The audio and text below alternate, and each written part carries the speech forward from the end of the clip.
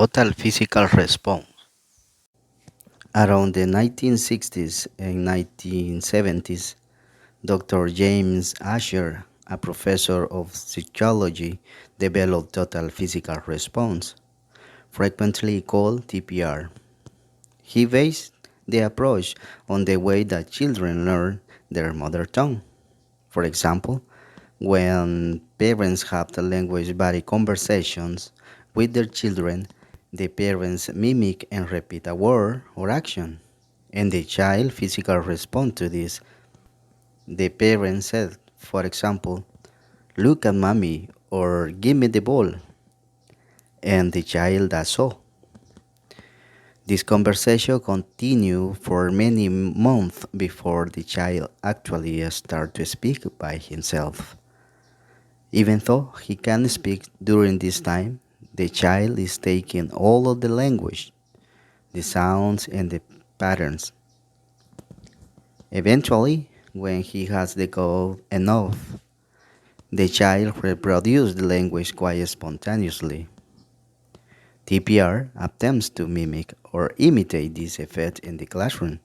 For example, the teacher gives the commands and the students listen and link to a physical actions, which are designed to reinforce comprehension and particular basic items. Asher believed that as a children use both sides of their brain to acquire knowledge faster. As we know, the left hemisphere is responsible for verbal language and linguistic ability, analytical skill, mathematical problem solving, as well as memory and logical and rational thought, while the function of the right part of the brain are related to nonverbal expressions. It has been shown that spatial perception or orientations, emotional behaviors like the ability to express and capture emotions, ability to control nonverbal aspects of communications, intuition, recognition, and memory of faces, voices, and melodies are located in this part. That means that the right brain thinks and remembers in image. But the point is that the more we use the two parts of our brain, we will learn faster. In this approach, the teacher role is important because he gives the commands and models them.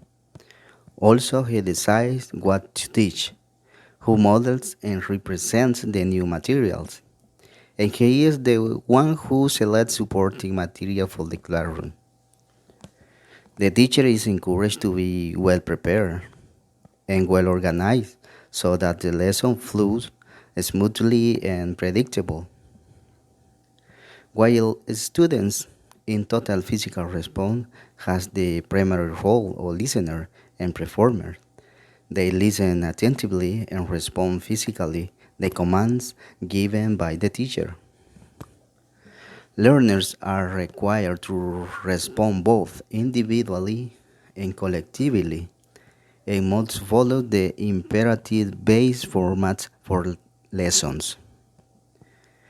If the students perfectly do the action, the teacher knows that the student know the command.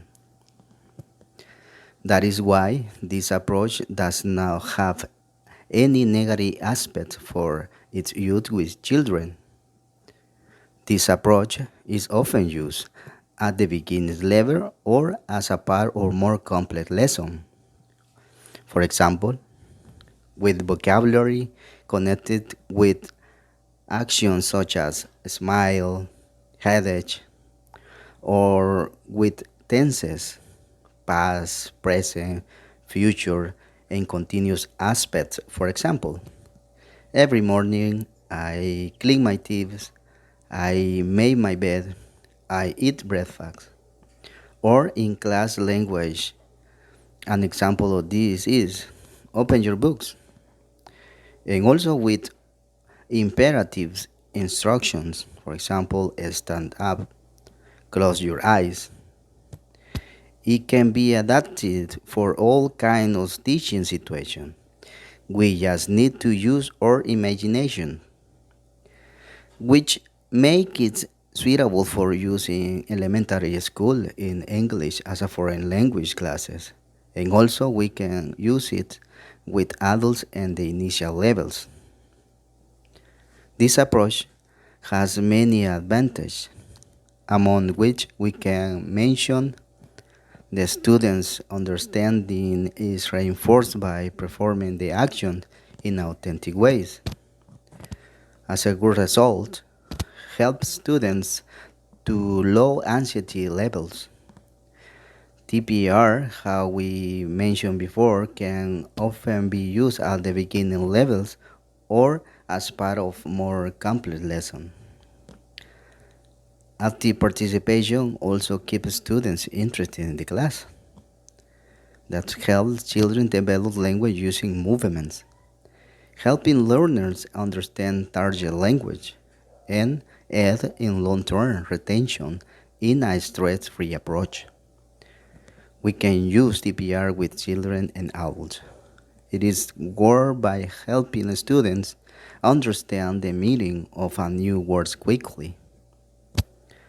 But also, there are some disadvantages, such as it is too limited to use alone. For a long period of time, it could be boring and repetitive for kids.